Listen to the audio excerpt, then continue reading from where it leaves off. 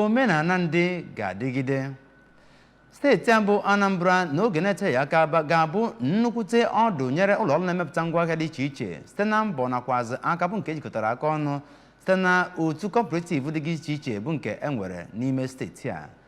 Kọmishọna steeti a na-akwụ maka okwu metara mgbanwere ngwaahịa ụlọọrụ na-emepụta ngwaahịa na akụnụba bụ Maazị Christian Udechukwu bụ onye nke kwupụtara nke a na nnukwute ụbọchị eji wee merube otu cooperative dị iche iche nke afọ abụ 2023 bụ nke achịkọbara n'Ọka ma bụrụkwazị nke isiokwu ya bụ otu cooperative dịka ndị nke na-eweta nnukwute amụmọlụ mmepe n'ijikọta aka ọnụ ma bụrụkwazị nke a nọrọ n'ime ya wee gosipụta ngwaahịa dịgasị iche iche bụ nke emepụtara. Joseph Egbocha onye nta akụkọ anyị ga-akọtọpụrụ gị akụkọ a ndị nke fọrọnụ.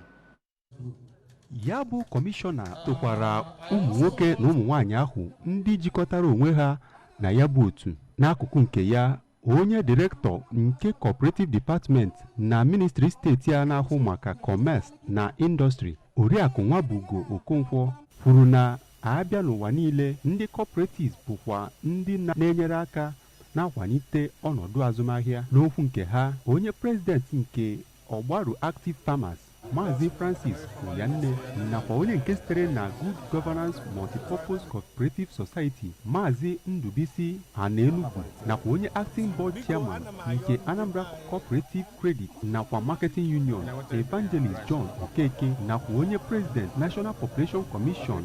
na Anambra State Staff Cooperative Society Dọkịta Joaquin Olasi ndị kọwapụtakwara uru isonye na cooperative bara